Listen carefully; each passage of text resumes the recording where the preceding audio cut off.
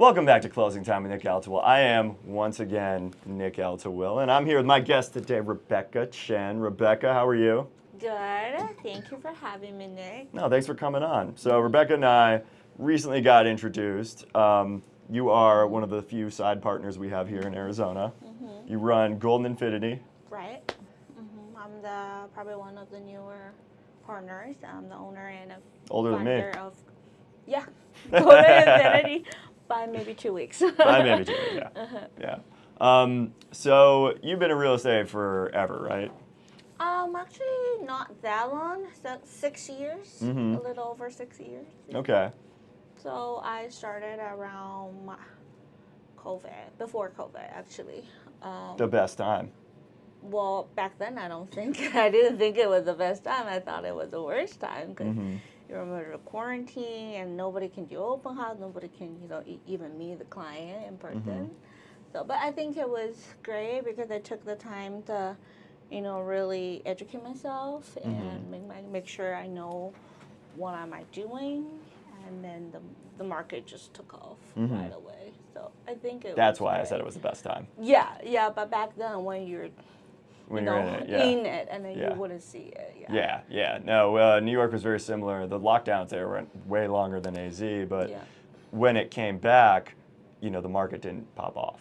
Rentals kind of did, but the prices were so depressed that it didn't really We only matter had, that much. I was always telling my client or people from out of state, a lot of people, travel to Arizona. We only had a month of quarantine. Yeah. And then ever since, we're just operate like nothing happened. So that's why we attracted a lot of people moving to Arizona. Yes. And the investment piece of business kick in also. A lot of people look at Arizona and they saw the potential of it. They came to visit Right. at that time. Yeah, and then there's a lot of businesses started to move here during that period of a time, and then that's also how my business picked up and took off. Yeah, I really regret not coming back in 2020 and just making it permanent. And I actually did come back for like a month or two just to, see my family because everything was shut down. Right. But then I went back. Because, you don't get the New York life during that period of time. You might as well get some outdoor Arizona. So I came here. I was like going to the gym. I'm getting sun every day. I'm like, this is great. It really made me like, man, I kind of miss Arizona. Hiking. No. I didn't hike. No. Okay. He's not a. I was staying at my parents' place in the Southeast Valley, so there's not really hiking out there. Yeah. That's true. In Gilbert. Yeah.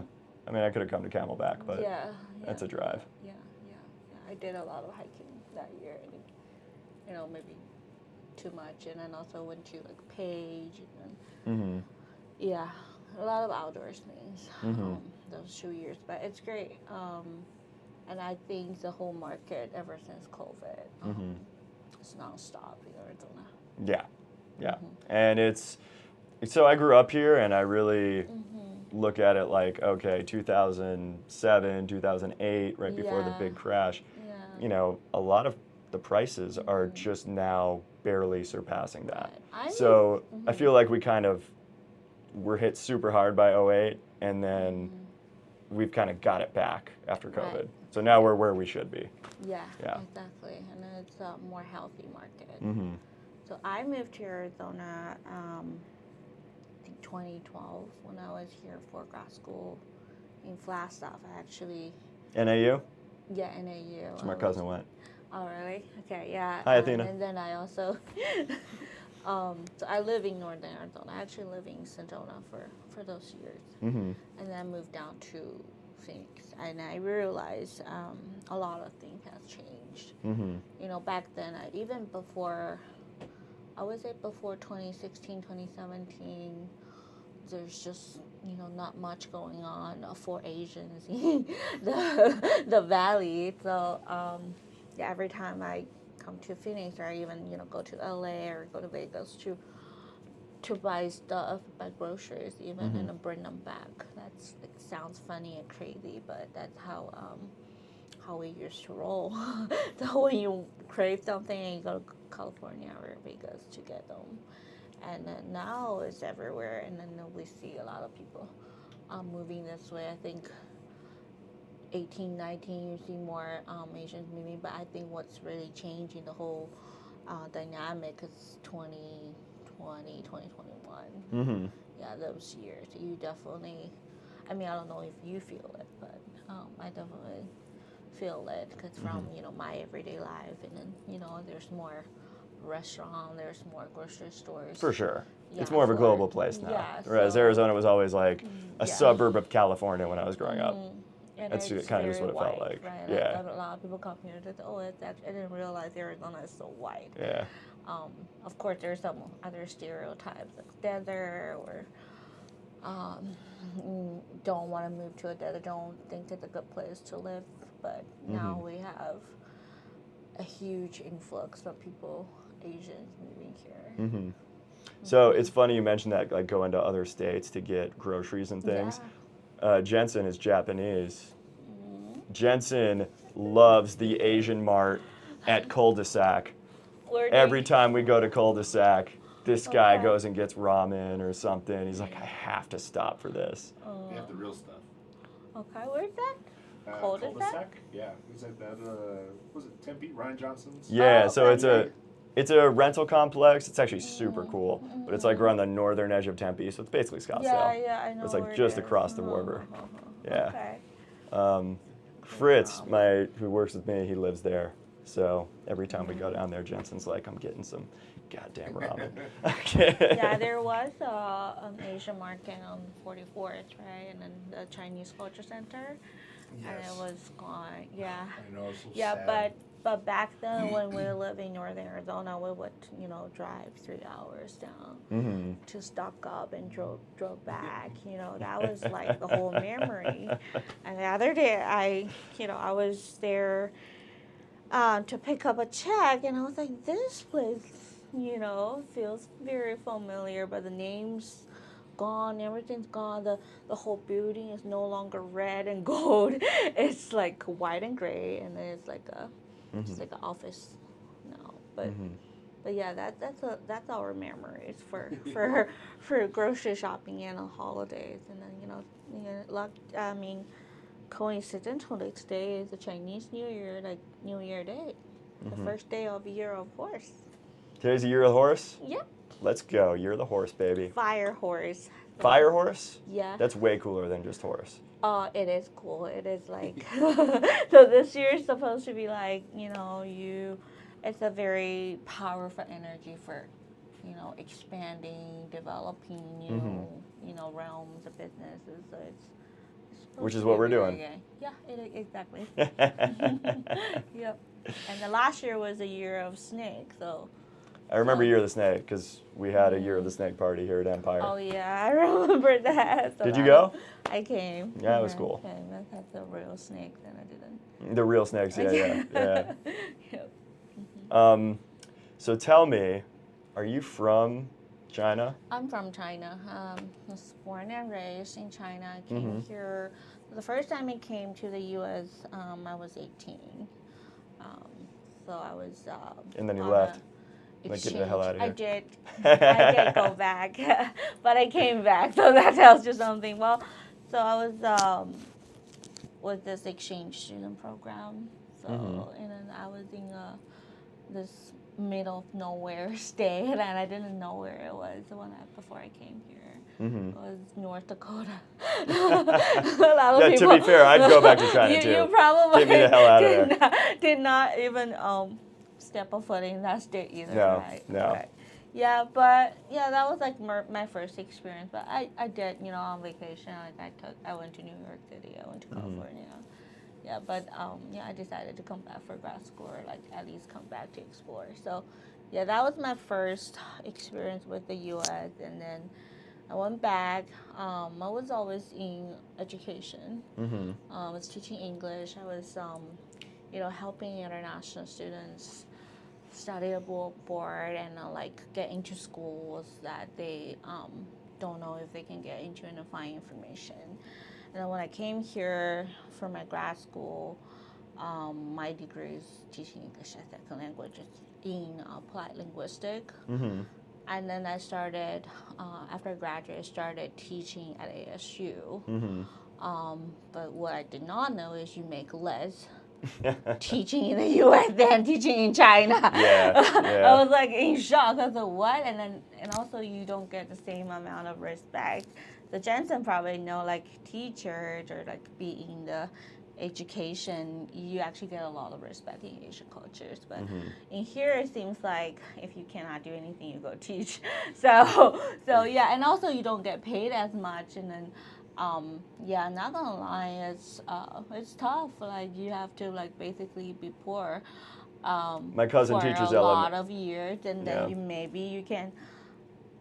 I don't know. I think a lot of teachers who retire and look at how much they pay, and I was like, that's probably not what imagine what my lifestyle is gonna be. So I feel like I need to do something on the side. Yeah, So my cousin's an elementary school teacher, and she told me I need to marry a rich guy. Yeah. That was she's 6. Hi, Lindsay. Yeah. Yeah, that's what you realize, earlier on, and when you were teaching, and then you don't see too much growth. Even you're in the career for like 20, 30 years, you see how much people make actually when they retire. So you see, okay, that's about it. I love teaching, and I spend over 10 years, because I started teaching when I was 20, part-time, and then I was teaching in China before I came here, and then I got my TA-ship when I was studying at NAU, and then I was also teaching at ASU. So yeah, I love teaching, but that's like something I didn't realize was how little you get paid here in the U.S. Then I started a side business doing educational consulting and helping my international clients move here, get into the school they want, and also help them find the housing and everything. So I would say my real estate career, or maybe real estate exposure, started then. Right? Like, it was probably another 5 years more added on to my experience being a local housing coordinator, or helping them, like, looking for places to move into. Because what I did was I started at a pretty young age. I would say, for a college student, I started at like 9th grade, 10th grade, working with the students and the family, and I kind of carve out a path for them to follow on, and then they can get into the school they want. And I built very good rapport with those families, and then they want to buy a house for their kids when they come here studying. And then I was like, okay, I've been referring business, I've been doing a lot for them, because there's language barrier. You've already built the relationship. Yeah, you can communicate with them. And language barrier. I learned quite a bit. I mean, I was not an expert, but I felt like I needed to get a license to get the referral, or I need to get the license to understand more, and then might be a good side hustle too. And I'm very lucky and glad I did that right before COVID. Because everybody knows international travel was banned. Yeah. And that business was like going down, because they had to change their destination from U.S. to other countries. Yeah, especially coming from like China. Asia. Yeah, China. anywhere in Asia, but China especially. Yeah, so they are not allowed to come at all, and then they can't get visa. They cannot. They're basically doing everything online, or to go to Australia or UK to study instead. So I am very fortunate that I, got my license right before that happened. Yeah, so that's how this craziness started, and then my real estate business started to pick up, and then I stepped out of that business, because there was like basically a year that I wouldn't be able to do much. So you made a good point earlier, because I grew up in AZ, so I really saw when this was just a suburb of California, and it was, a lot of good old American boys. There wasn't a ton of Asian culture out here, but you've seen it grow, and I feel like you're kind of at the forefront of bringing that to Arizona. Do you feel like that in some ways? Yeah, at least I think so. Yeah, at least I'm also talking to people, introducing to those clients that what's going on here, and then I also get to talk to or introduce what's going on in our valley to those businesses. So I'm actually the president of ARIA, Asian Real Estate Association of America Phoenix chapter this year. But thank you. And I was at the ceremony. No lies were told. So I'm on the board for 5 years. So like very early on, when I was in real estate, I became a part of this organization. It's nonprofit. It's promoting, Asian sustainable homeownership, but a lot of activities or events that we plan for actually facing businesses or people who want to know more about Asian culture and then the businesses opportunities in our community in Arizona. And we also have really close relationship with GPEC, which is called Greater Phoenix Economic Development Council and Arizona Commerce Authority. So there are businesses, especially for the past 5 years, they are reaching out to these government-backed agencies looking for information, opportunities, basically what they want to know about more about Arizona and moving their businesses here. But what really triggered the whole, I would say, frenziness was, TSMC, Taiwan Semiconductor, announced that their big plan moving to Arizona, or not moving, like building 10 fabs in Arizona. So that's where everything, I think, really took off. And a lot of their supplier companies are coming here, and their employees are here. They're even Taiwanese people, like if they don't have anything to do with this business, but TSMC is more like a household name, like Apple or Tesla to them. If you don't know anything about TSMC, you need to Google it up because they supply 93% of the most advanced chips in the whole world, and there's no competition. So your phone, your iPhone, your car, your Tesla, they all use their chips. So back then there was a shortage on the car, remember? That was because there was a shortage on the chips. So yeah, they are really big in Asia and in Taiwan, and everybody knows wherever they go, the real estate value would go up. And in Taiwan per se, like every small town they went, the real estate value tripled. So basically, a lot of people come here. They want to see, what's going on here. They want to, buy investment properties, or they just want to be part of this. And of course, if you're involved with this industry, you want to be close to the biggest opportunity, right? Want to get business, want to get, contract from TSMC. You want to come here.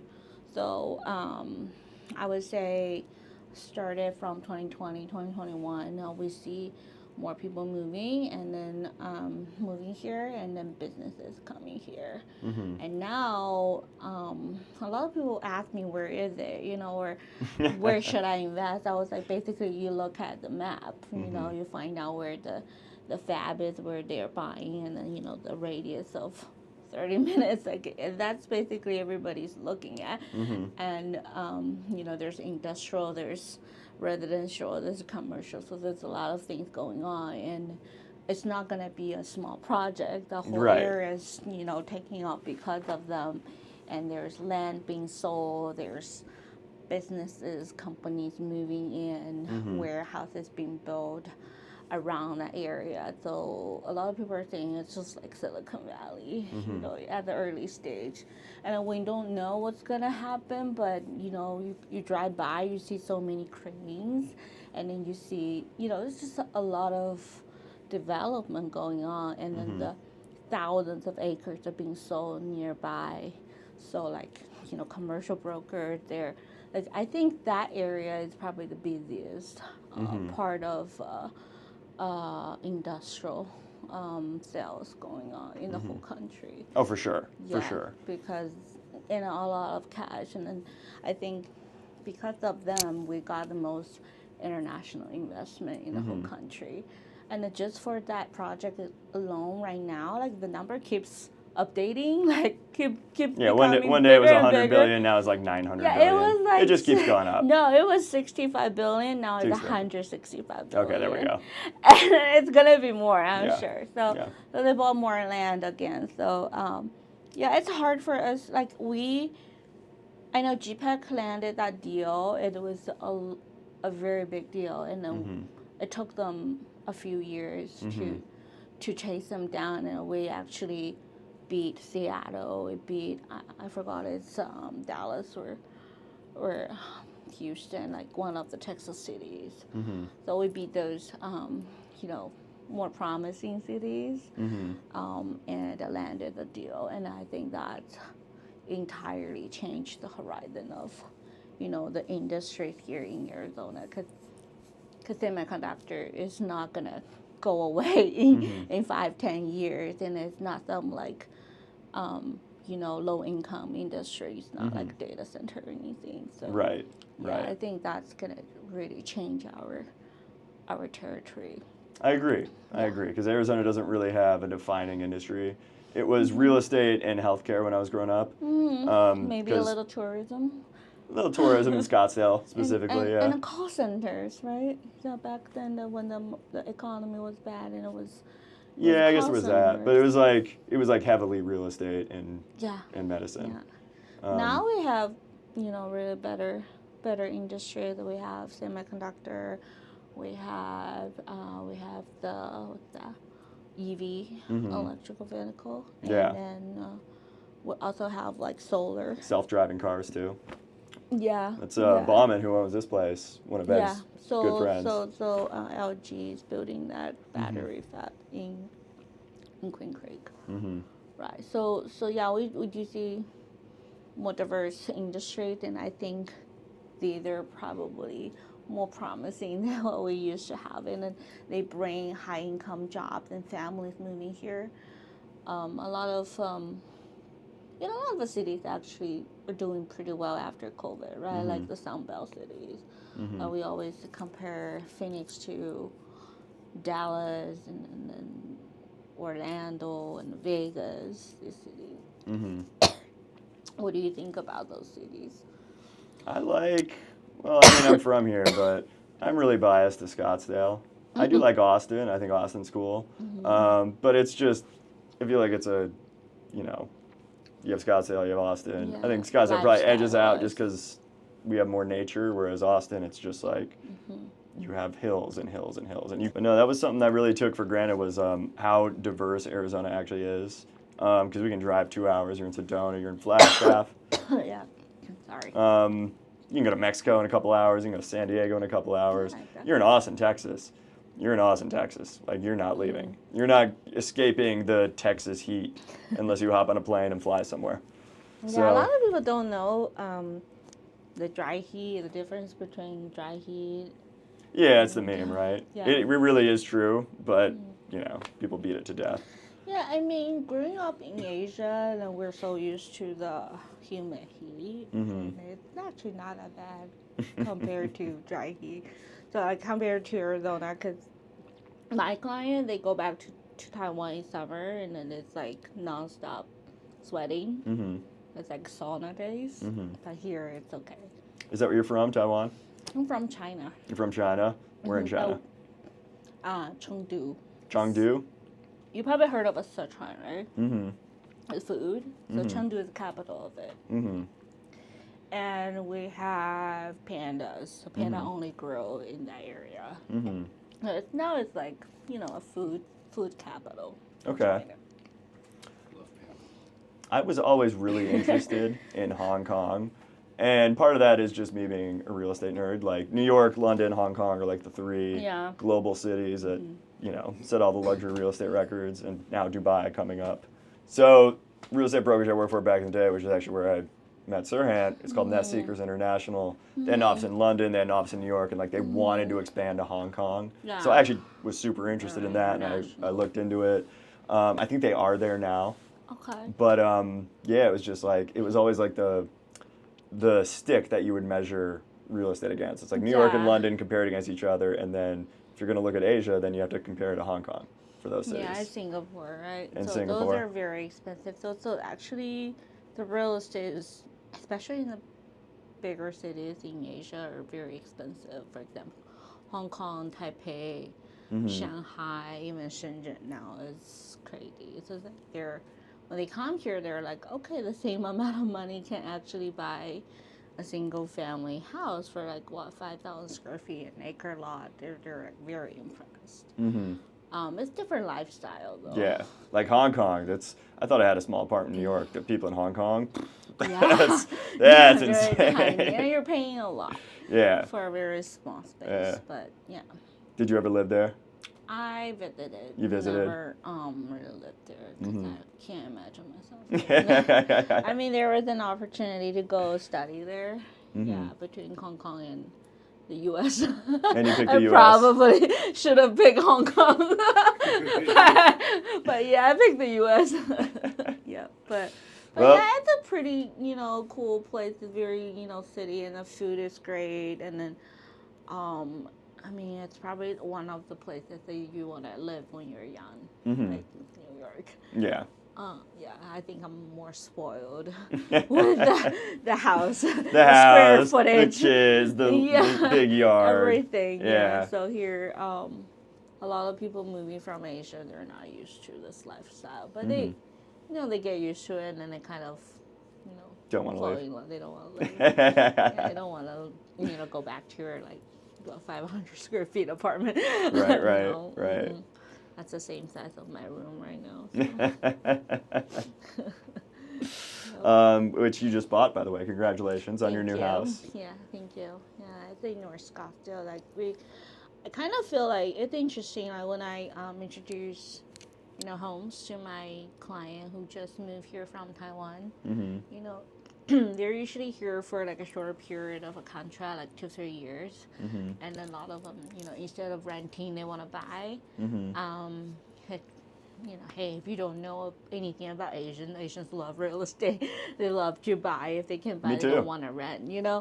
And they've got cash, a lot of them, or they could get a loan for 2% from where they're from. So they.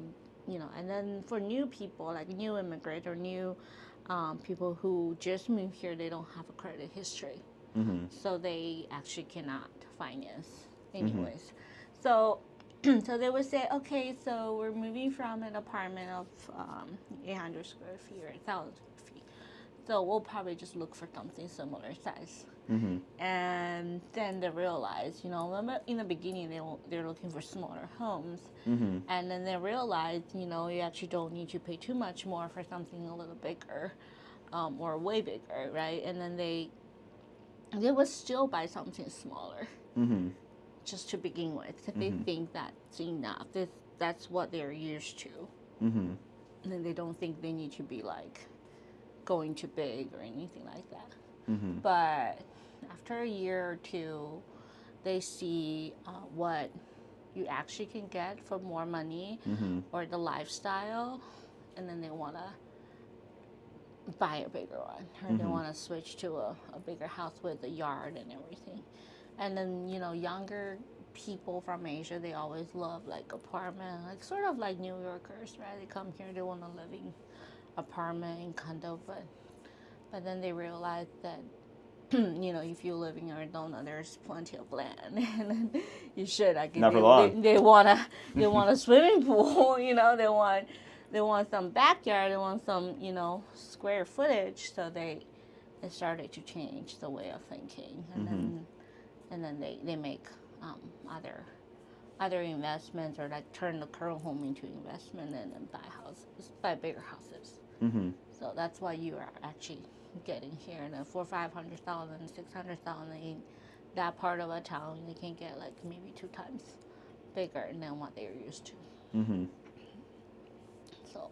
Yeah, I mean, that's why a lot of people move to Arizona, even from the U.S., like from L.A. or from the Bay Area. Right. It's like your money just goes so much farther here. You could go in Beverly Hills and get a third of an acre, or you could spend the same amount of money in Paradise Valley and get multiple acres. Yeah. And yeah. Yeah, and then a lot of people here, of course, they move here for work, but there are also people move here for the cost of living, right? Have you seen anyone moving from New York, like someone you know? So I've had a couple, but there really isn't that much carryover between New York and Arizona. East Coasters like to go to Florida because it's all along the East Coast. It's like That's a 2-hour right. flight. Arizona, New York, that's a 5-6 hour like flight. More people from Seattle or even Vancouver. Yeah. So the West Coast people tend to stay on the West. In California. Yeah, and then Midwesterners. Midwesterners, a lot of them come here, but they also go to Texas or Florida. They kind of choose. That they kind of split. Yeah. Okay. Yeah. So. That's what I see too. Yeah. And you're a fluent Mandarin speaker, is that right?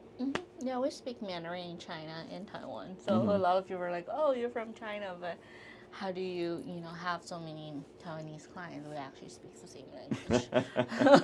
So. Surprise. Yeah. So the big thing in New York was a lot of the top real estate teams would have someone who could speak Mandarin because Asian buyers were such a big part of the business out there. So 2017, when I got my broker license for the first time, I didn't have a team anymore. I was like, I just left the company. I was basically restarting, doing my own thing, and I thought, well, I'm going to learn how to speak Mandarin. It might take me a while, but I'm going to try and learn. Yeah, so I bought the book and I took like one class and I was like, this is not happening. So I learned real quick, you need to actually have a reason to speak it and maybe live there even. Yeah. To really be able to say that. I think so. Say things in a way that people will understand, especially at a level for business where you're trying to communicate and build relationships. So. It's one thing that you're able to order dim sum. Yeah, Another totally thing different that thing. business. Totally different thing. Yeah. So to build actual relationships, I felt it was not worth the effort for me. So I gave that up real quick. Okay. Yeah. Smart. Yeah. Yeah. I tried though. They I tried. would be impressed if you could say a few words. Yeah. But you could never get that close to them if you were not born in that environment where you don't speak it fluently. Yeah. There's a guy here at Empire. His name's Ryan McCloskey. He is super white. He's from Arizona. Okay. He lived in China for 10 years and he speaks fluent Mandarin. Really? Yeah. I would love to meet him. Yeah, I wish he was here today. Maybe we can go find him. What did he do? He's a tech guy, so he's a tech startup. Oh, okay. He started his own company like 6 months ago, I think. Yeah. Oh, that's cool. Yeah, if he's here today, I'll introduce you. He's okay. It's the wildest thing. I'll tell you if he's really fluent on that. I had no idea. Like he didn't tell this part of the story to me. It just came out here on a podcast. Yeah. Okay. But yeah. Yeah, but you test him for me. Okay, I will. Yeah, but I do think, the diversity is great for, the development of the whole area, the for city. For sure. And, we're able, Phoenix is probably one of the few cities that get the direct flight to Taipei. Yeah, we have like 6 days out of a week that you can fly to Taipei directly. That's amazing. And that tells you how many business opportunities or how many people are actually visiting here. Right. And I heard that those flights are pretty full. They're not like half empty or anything. So that's why I'm very excited to see, what's in store for the next 5, even 10 years. Because, I don't know if it's going to become another California, but probably not. But, but We're on the it's beach. going to be more diverse. Yeah. For sure. And then more business opportunities. And, like I mentioned earlier, a lot of people, when they move, they consider Vegas, Dallas, Orlando, right? Like those cities. Gross. Yeah, but 3 places I would never want to live. Yeah, and I was like, but we do have something else, right? We have a lot of different things, and we also have like really strong economy now, and then these are not something that those cities could compare to. Yeah. I mean, if you're looking for a warm weather city, I feel like, Phoenix is the only one other than like LA, which LA is LA. Like, Yeah. If you're LA's your cannot. dream, you can't replace that anywhere cannot. else. But Scottsdale, if you're not trying to be an actor or Hollywood or any of that stuff, Scottsdale's got a lot to offer. Yeah, yeah. Just a lot of people think Scottsdale is like LA or Hollywood lifestyle, which I don't know. You can, get exactly the same thing, but you do get the vibe, and then and also Metro Phoenix is so big, right? You can find some neighborhood that fits your lifestyle. Mm-hmm. If you have a family, you probably want to live in Chandler, or even North Scottsdale. I think it's pretty family friendly. Mm-hmm. Yeah, but it's not like it's not a fair housing violation, by the way. Yeah, and then if you like outdoors, Scottsdale or the West Valley, they're close to mountain, they're close to trail. Then we have the mountains in 2 hours, flat stuff, and Sedona, and a lot of outdoor activities. So yeah, I do think Metro Phoenix is growing very fast, and it's at one of the best time of the. At least being here for like 15 years, I think. Yeah. That's one of the best time to live here as a nation.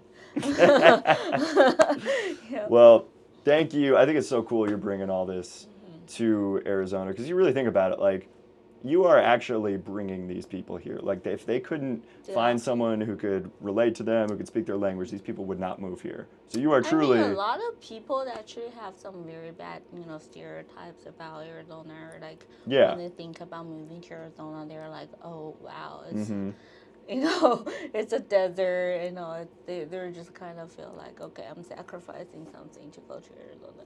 And actually, when they come here, it's not like that, and then they get used to the lifestyle. We are at the front line every day to educate people and then tell them about what's the lifestyle be like in Arizona, living in Arizona, and what opportunities are out here. And then I could tell there's so many businesses either from out of country or California or out of state. They're moving here, and then they get really good feedback, and then their business is growing too. And then this is just like a land of opportunities. Like maybe decades ago in California, everybody want to go to California to make something happen, right? But right now, I think Arizona is the new California for you to find out what's going to happen in the next 5-10 years, and what's going to be here for you. That's a great sales pitch. I have no notes. Let's just end on that. All right. Good. We're done. Rebecca Chen, everybody. Thanks for watching. All right. Thank you, Nick, for having me.